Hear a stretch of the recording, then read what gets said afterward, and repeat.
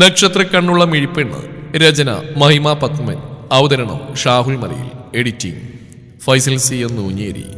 മുല്ലവള്ളികൾ പടർന്നു കയറിയ വുഡ് റെയിലിംഗിലേക്ക് പുറംചാരിയിരുന്നുകൊണ്ട് അവൾ തന്റെ ചെറുതായി നീരിവീങ്ങിയ കാലുകൾ സോപാനപ്പടിയിലേക്ക് നീട്ടി നിവർത്തിവെച്ചു. നാസികയിലേക്ക് അരിച്ചിറങ്ങുന്ന പാതി വിരിഞ്ഞ മുല്ലമുട്ടുകളുടെ ഗന്ധം അവളിൽ ഒരു തരം ഉണർവ് നിറച്ചു. അതിന്റെ ഫലമായി അവളുടെ ആ ചെഞ്ചുണ്ടുകൾ മനോഹരമായി വിരിഞ്ഞു. അവളെ തഴുകി തലോടിപ്പോകുന്ന ഇളം തെന്നൽ അവളുടെ മുടിയിഴകളിൽ കുസൃതി കാട്ടിയപ്പോൾ അതേ ചിരിയോടെ അവൾ ആ മുടിയിഴകൾ അവളുടെ ചെവിക്ക് പിന്നിലേക്ക് ഒതുക്കി വെച്ചു. ആ നിമിഷം അവളുടെ നീണ്ടു മെലിഞ്ഞ കൈവിരലുകൾ തട്ടി അവളുടെ ആ കുഞ്ഞു കാതിലെ കുഞ്ഞു സ്വർണ്ണ ചിമിക്ക് മെല്ലെ ഒന്ന് ആടി. അതിന് കൂട്ടായി എന്ന വണ്ണം അവളുടെ കയ്യിൽ നിറഞ്ഞു കിടന്നിരുന്ന പല വർണ്ണത്തിലുള്ള കുപ്പിയോളകൾ കിലുകിലെ ചിരിച്ചു. ആ ശബ്ദം കാതിൽ പതിയവേ അവളുടെ ഇരുകവിളിലെയും ആഴമേറിയ ചുഴി എടുത്തു കാട്ടും വിധം അവളുടെ ചെഞ്ചുണ്ടുകൾ വിടർന്നു. എന്നാൽ ദൂരെ നിന്നും കാതടിപ്പിക്കും വിധം ഉയർന്നു കേൾക്കുന്ന പരിചിതമായ ബുള്ളറ്റിന്റെ ശബ്ദം കേൾക്കവേ അവളുടെ ആ ആഴമേറിയ ചുഴി പരിഭവത്തോടെ മാഞ്ഞു. അവളുടെ ചെഞ്ചുണ്ടുകൾ പരിഭവത്താൽ കൂർത്തു. അവൾ കണ്ണുകൾ അടച്ചു. ചെവി വട്ടം പിടിച്ചുകൊണ്ട് ഒന്നുകൂടി ആ വുഡൻ റെയിലിംഗിലേക്ക് അമർന്നിരുന്നു. അല്പസമയത്തിന് ശേഷം ഏറെ പരിചിതമായ ഒരു കാൽപെരുമാറ്റം അടുത്തു വരുന്നതായി അറിഞ്ഞിട്ട് പോലും അവൾ അണുവിട ചലിക്കാതെ അതേ ഇരിപ്പ് തന്നെ തുടർന്നു. തന്റെ പ്രിയപ്പെട്ടവന്റെ സാമീപ്യം അടുത്തറിഞ്ഞതും അവളുടെ ചെഞ്ചുണ്ടുകളിൽ ഒരു കള്ളച്ചിരി സ്ഥാനം പിടിച്ചുവെങ്കിലും അതൊന്നും പുറമേ കാണിക്കാതെ അവൾ കണ്ണുകൾ അടച്ചങ്ങനെ ഇരുന്നു. മിഴിപ്പെണ്ണെ, മയക്കന്നടിച്ചിരിക്കുന്ന പെണ്ണിന്റെ ഇടങ്കാതിലായി നേർമയിലൊന്ന് മുത്തിക്കൊണ്ട് പ്രണയത്തോടാൻ വിളിച്ചതും അവളൊന്ന് വിറച്ചുപോയി. അവൾ പോലും അറിയാതെ അവളുടെ കവിളിലെ ആ ചുഴികൾ മനോഹരമായി തെളിഞ്ഞു വന്നു. അത് കാണുക അവനൊരു കള്ളച്ചിരിയോട് ആ ചുഴിയിലേക്ക് ചുണ്ടുകൾ അമർത്തി വെച്ചു. അവന്റെ കട്ടിമീശ ആ ചുഴിയുടെ ആഴങ്ങളിലേക്ക് ഇറങ്ങിച്ചെല്ലവേ ഒരു സുഖമുള്ള നോവ് അവളിൽ നിറഞ്ഞു. സിണുങ്ങിക്കൊണ്ട് കൊഞ്ചലോടെ അവൾ വിളിച്ചതും അവന്റെ അധരങ്ങൾ വിടർന്നു. അവനൊന്നുകൂടി അവളുടെ കവിളിലേക്ക് അവന്റെ ചുണ്ടുകൾ ആഴത്തിൽ പതിപ്പിച്ചു വെച്ചു. കുറച്ചു നിമിഷങ്ങൾ അവന്റെ ആ ചുംബനത്തിൽ അവൾ ലയിച്ചു പോയി. എങ്കിലും പെട്ടെന്ന് എന്തോ ഓർത്ത പോലെ അവളുടെ ചുണ്ടുകൾ പരിഭവത്താൽ കൂർത്തു. ഭംഗിയായി വെട്ടിയൊതുക്കി അവന്റെ താടിയിൽ പിടിച്ചു വലിച്ചുകൊണ്ട് അവൾ പരിഭവത്തോടെ പറഞ്ഞു. ഈ നിമിഷങ്ങളിൽ ഒന്നും തന്നെ അവളോട് മിഴികൾ തുറന്നിരുന്നില്ല. അത്രയ്ക്കുണ്ടായിരുന്നു പെണ്ണിന് അവനോടുള്ള പരിഭവം. ഞാൻ പോവില്ല. കൊഞ്ചലോടെയുള്ള അവന്റെ ശബ്ദം കേൾക്കവേ പെണ്ണറിയാതെ ചിരിച്ചുപോയി. അവൻ അവിടെ ആ ചിരിയിലേക്ക് നോക്കിയിരുന്നു പോയി. അവനെ എപ്പോഴും മോഹിപ്പിക്കുന്ന, കൊതിപ്പിക്കുന്ന, വിവശനാക്കുന്ന അവളുടെ പതിഞ്ഞ സ്വരത്തിലെ ചിരികൾക്ക് അവനിൽ കുസൃതി വിരിഞ്ഞു. എന്നാൽ അപ്പോഴും ഒരു വാശി എന്ന പോലെ മിഴികൾ പൂട്ടിയിരിക്കുന്നവളെ കാണുക അവനിൽ ഒരേ സമയം ചിരിയും പരിഭവവും ഉടലെടുത്തു. മിഴിപ്പെണ്ണ്, കണ്ണൂർക്ക്. അവളുടെ അടഞ്ഞ കൺപോളകളിൽ നേർമയിൽ ചുംബിച്ചുകൊണ്ട് അവൻ പറഞ്ഞതും അവൾ അങ്ങനെ ഇരുന്നുകൊണ്ട് തന്നെ ഇല്ല എന്ന് തലചലിപ്പിച്ചു. കണ്ടോ വാവേ, അച്ഛയുടെ അമ്മ കാണിക്കുന്നു. അവളുടെ വീർത്തുന്തിയ വയറിൽ തന്റെ വലം കൈ ചേർത്ത് വെച്ചുകൊണ്ട് അവൻ കുഞ്ഞുകുട്ടികളെ പോലെ പരാതി പറഞ്ഞു. തൊട്ടടുത്ത നിമിഷം ഒരു കുഞ്ഞിക്കാൽപാത അവളുടെ വയറിന് മേലെ മുഴച്ചു വന്നു. വേദനയാൽ അവൾ കണ്ണുകൾ വലിച്ചുറന്നുകൊണ്ട് നേരെയിരുന്നു. അവന്റെ ഇപ്പോഴത്തെ മുഖഭാവം എന്താണെന്ന് ഓർക്കവേ പെണ്ണിന്റെ മുഖം പരിഭവത്താൽ വീർത്തു. അതിനാൽ തന്നെ അവൾ അവന് മുഖം കൊടുക്കാതെ വയറിന്റെ ഭാഗത്തേക്ക് തലയടുപ്പിച്ചുകൊണ്ട് അല്പം കുനിഞ്ഞിരുന്നു.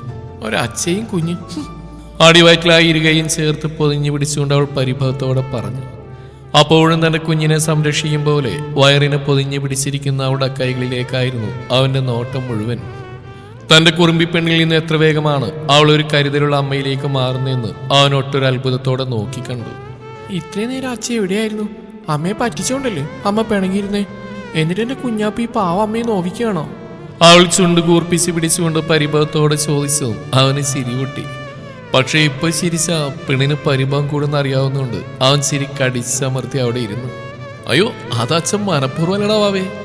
ഒരു പാവം പെണ്ണ്, ഒരു പാവം വാവയും ഈ അച്ഛയെ നോക്കി നോക്കി ഇരിക്കില്ലോ എന്ന് കരുതി അച്ഛൻ കോളേജിൽ നിന്ന് നേരത്തെ ഇറങ്ങിയതാ. അപ്പോഴാ പെട്ടെന്നൊരു മീറ്റിങ്.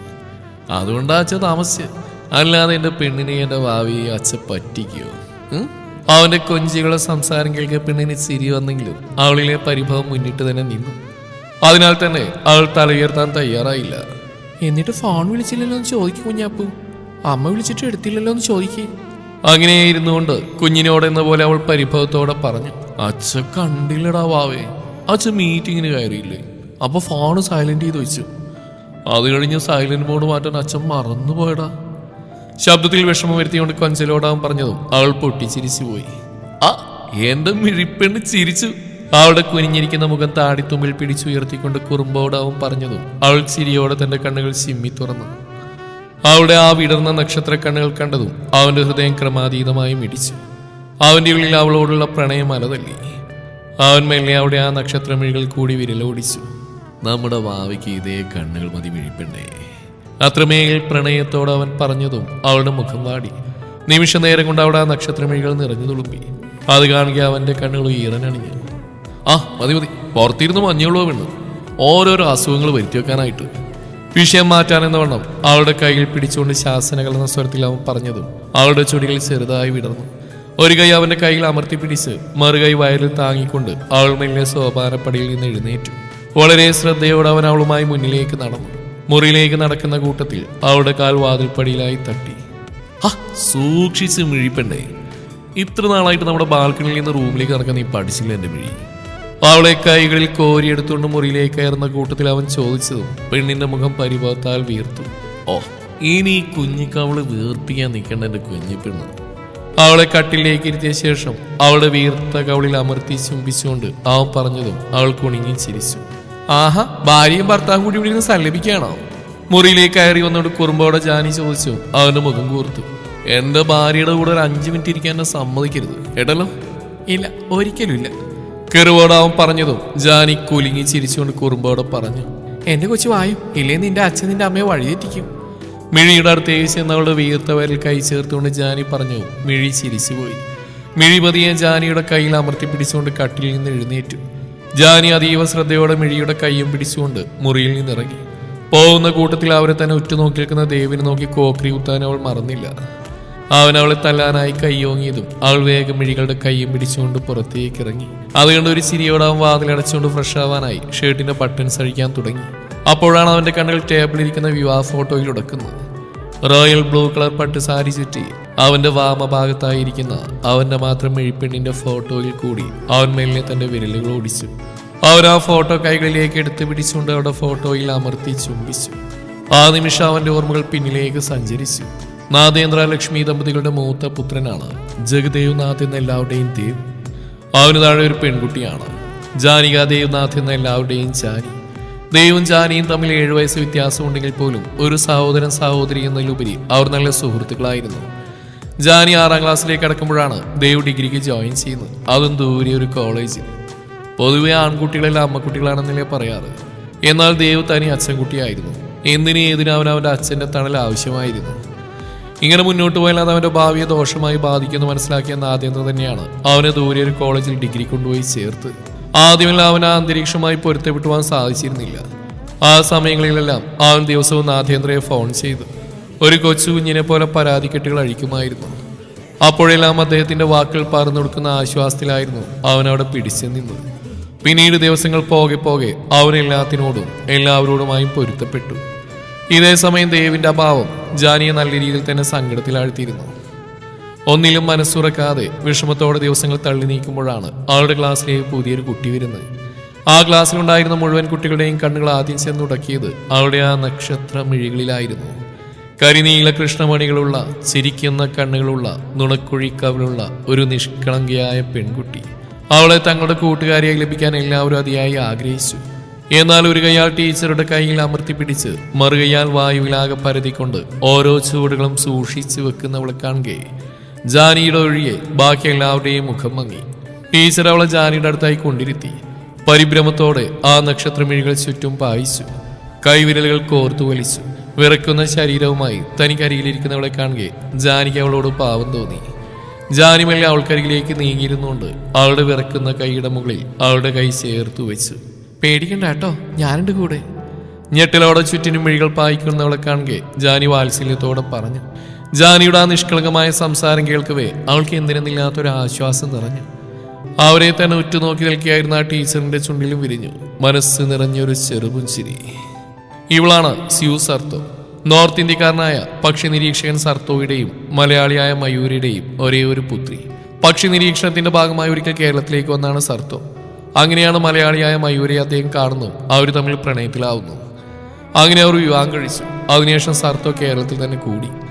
ഏറെ നാളത്തെ കാത്തിരിപ്പിന് വിരാമം ഇട്ടുകൊണ്ട് അവർക്ക് ജനിച്ച സൗഭാഗ്യമാണ് അവരുടെ നക്ഷത്ര കണ്ണുള്ള രാജകുമാരി സ്യൂ സർത്തോ എന്ന എല്ലാവരുടെയും സച്ചു.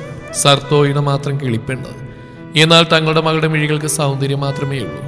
അവയിൽ കാഴ്ച ശക്തിയിൽ നിന്ന് തിരിച്ചറിയുന്ന നിമിഷം അവരിരുവരും തകർന്നുപോയി. എങ്കിലും അതെല്ലാം തങ്ങളുടെ വിധിയാണെന്ന് സ്വയം സമാധാനിച്ചുകൊണ്ട് അവരെല്ലാത്തിനോടും പൊരുത്തപ്പെട്ടു. അവരൊരിക്കലും അവളൊരു കുറവുള്ള കുട്ടിയായി കണ്ടിരുന്നില്ല. അവരവളെ വളർത്തിയതും അങ്ങനെയല്ല.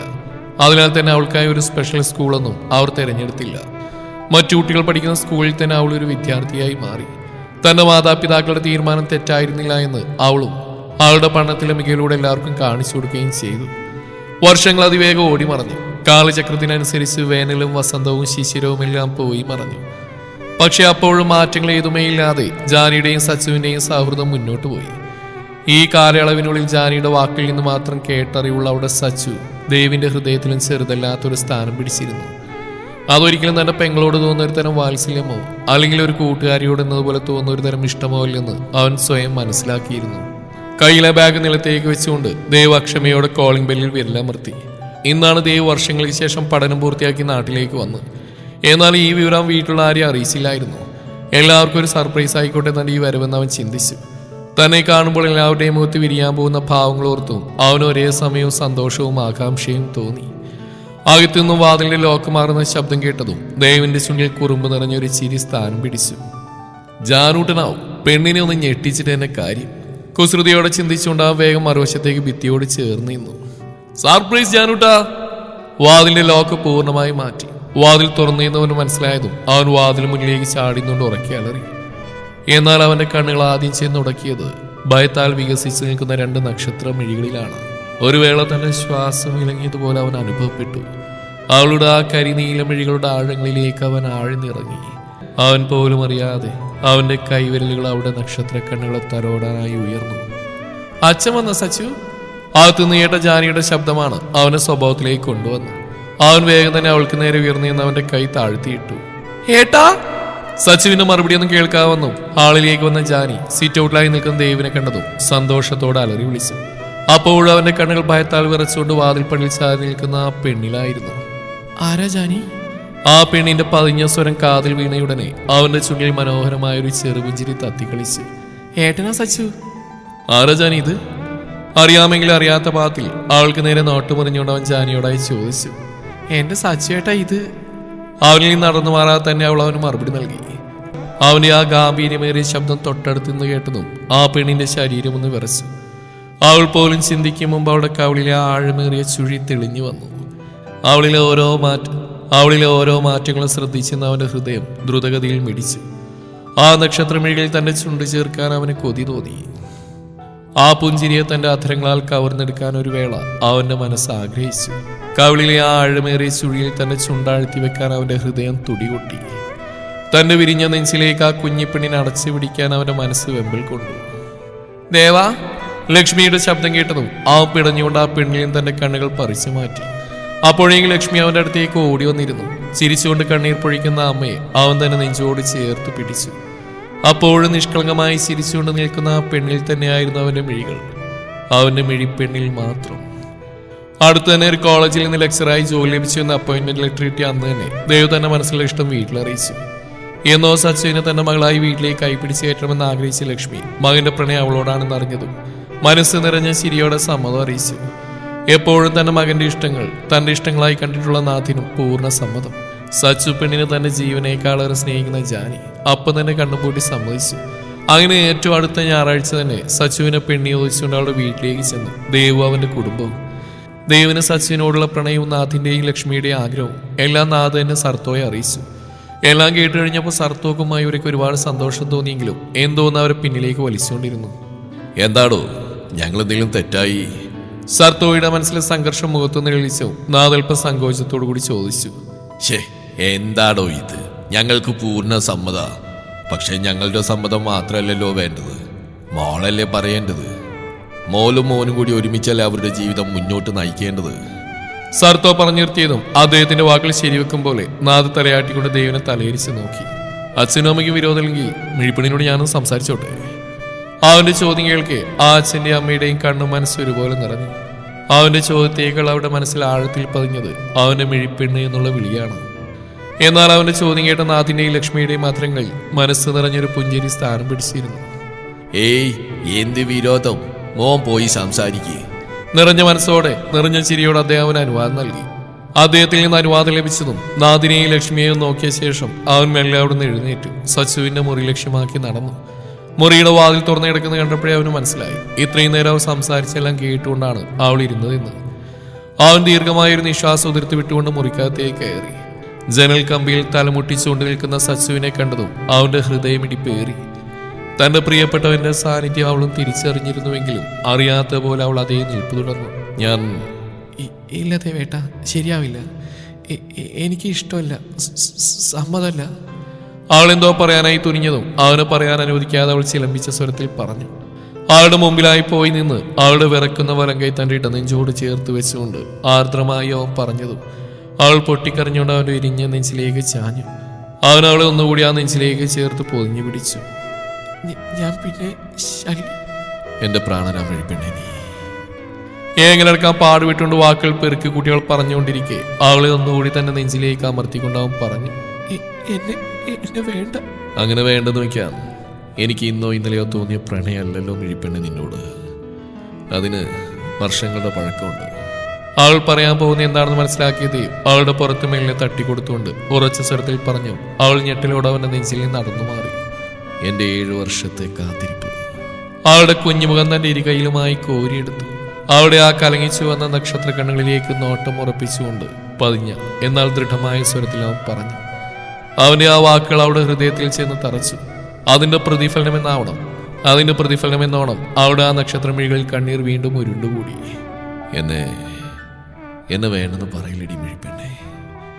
എനിക്ക് അത്രയ്ക്ക് ഇഷ്ടം നിന്നെ. ഞാൻ അത്രയ്ക്ക് സ്നേഹിക്കുന്നുണ്ട് നിന്നെ. അതുകൊണ്ട് എന്നെ വേണ്ടെന്നുള്ളൊരു വാക്ക് അത് മാത്രം നീ പറയരുത്. എൻ്റെ മിഴിപ്പെണ്ണാണ് നീ, എൻ്റെ കിനാവിലെ രാജകുമാരി. ഇനിയുള്ള എൻ്റെ ജീവിതത്തിലെ എൻ്റെ ജീവന്റെ പാതി.